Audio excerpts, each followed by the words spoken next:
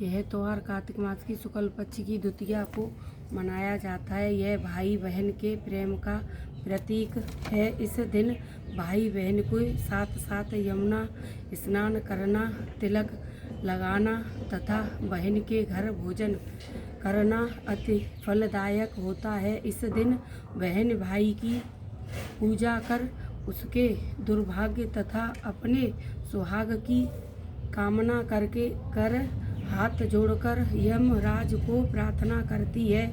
इसी दिन सूर्य तनया जमुना जी के अपने भाई यमराज को भोजन कराया था, इसीलिए यह यमदतियाँ भी कहते हैं। इस दिन श्रद्धा भाव से सर्व वस्त्र मुद्रा आदि बहन को देना चाहिए। कथा। सूर्य भगवान की स्त्री का नाम संध्या देवी था। उसके 2 संतानें थी, पुत्र यमराज तथा कन्या यमुना थी। संध्या रानी पति सूर्य की उर्पति किरणों के ही सही सकने के कारण उत्तरी ध्रुव प्रदेश में छाया बनकर रहने लगी। उसी छाया ने ताप्ती नदी तथा शनिचर का जन्म हुआ। इसी छाया से अश्वनी कुमारों को भी जन्म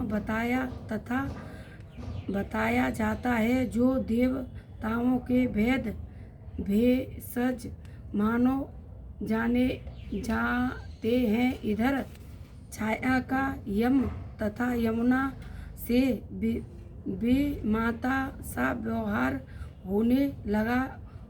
इससे छिन्न होकर यम ने अपने एक नई नगरी यमपुरी बसाई। यमपुरी में पापियों को दंड देने का काम समाप्त करते भाई को देखकर यमुना जी रो कर चली गई। बहुत समय व्यक्त हो जाने पर एक दिन सहसा यम को अपनी बहन के याद आई। उन्होंने दूतों को भेजकर यमुना को बहुत खोजवाया, मगर मिल ना सकी। फिर स्वयं ही गोलोक गए, जहाँ विश्राम घाट पर यमुना जी से भेंट हुई। भाई को देखकर ही यमुना ने हर्ष विरोध हो व्यवस्था सत्कार के साथ भोजन कराया।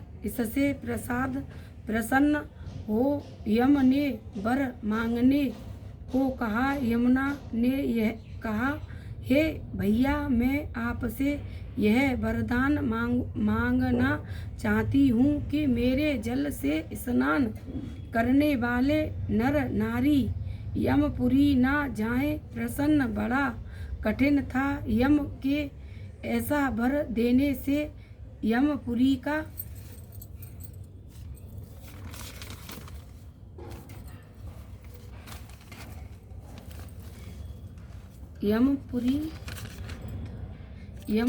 का अस्त ही समाप्त हो जाता। अंत भाई का असमर्थ में देखकर यमुना बोली, आप चिंता ना करो, मुझे यह वरदान दे कि जो लोग आज के दिन बहन के यहाँ भोजन करेंगे, इस मथुरा नगरी स्थित विश्राम घाट पर स्नान करें वह तुम्हारे लोक ना जाएं। इस यमराज ने स्वीकार कर दिया। इस विधि को जो सज्जन बहन के घर भोजन नहीं करेंगे